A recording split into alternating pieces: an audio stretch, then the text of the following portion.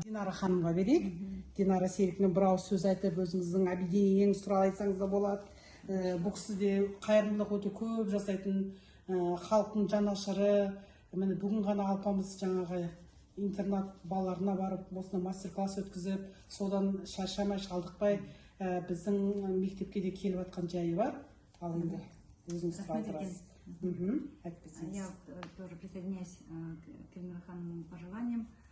И поздравляю, и рада, что есть такой центр детского развития, да, творчества. И очень рада, что у меня жизнь, судьба свела с такими людьми, как вы. Наше объединение «Алтын адам» жетісу билер орталығы Алматинской области объединяет всех ремесленников. И Алматинской области, города Алматы к нам присоединились. И вот наше молодое объединение за полугодие провело уже 10 выставок. Завтра еще у нас будет одна инклюзивная выставка.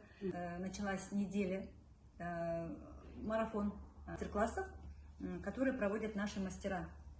До этого с понедельника, уже 3 дня назад, прошли мастер-классы по гончарному делу.